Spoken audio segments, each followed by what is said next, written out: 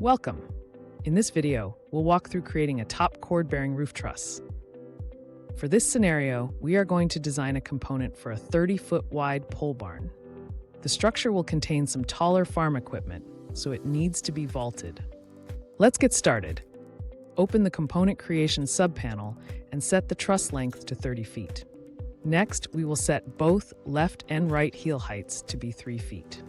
Our top chords will both have a 6/12 pitch.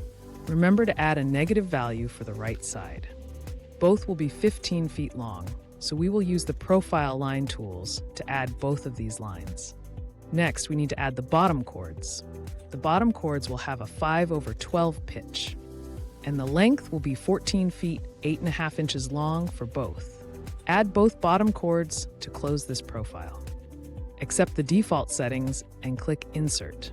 Let's look at two possible scenarios. For the left side, the bearing will be 1 foot below the bottom of the truss, commonly referred to as a leg-down truss. The other end will have the bearing 1 foot above the bottom of the truss. First, we'll edit the left side. Let's trim the bottom chord to the right side of the end vertical. Next, we will add a reference line 1 foot down from the bottom of the truss.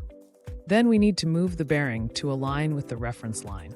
To do this, select the bearing, and in the Properties panel under Bearing Reference Line, click the Select Existing tool, then click on the new reference line. Press Escape. Next, we simply need to update the end cut of the end vertical so it extends to the new reference line. Select the end vertical, shift-click on the reference line, and that will extend the end cut to the top of the bearing. Move over to the right side, and we will adjust this end. Let's modify the end vertical member to now be a bearing block. Click the member, and from the Properties panel under Member Type, select Bearing Block. Next, we will add a new member. Place the new member to be on the left edge of the bearing block. Change this member to be an end vertical from the Member Type option. Now we need to trim up a few items. Let's start by selecting the bottom chord, then shift-click the right side edge of the end vertical. Next, we will adjust the end of the W7 web to be cut to the left edge of the end vertical. Select W7, then shift-click on the left edge of the end vertical. Now we need to extend the end vertical to the bottom chord. Click the end vertical and then shift-click on the top edge of the bottom chord. We will adjust the bearing block end to be 1 foot up from the bottom of the truss. Insert a reference line 1 foot from the bottom of the truss. Trim the bearing block back to the reference line.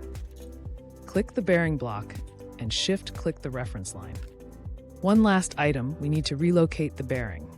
Click the bearing, then in the Properties panel under the Bearing Reference Line tool, click Select Existing, then click on the reference line. Now we can analyze the truss to ensure all checks pass. That does it for this video on creating a top chord-bearing roof truss with two different scenarios. We hope these two examples will help you when solving problems for your top chord-bearing truss projects. We'll see you in the next one.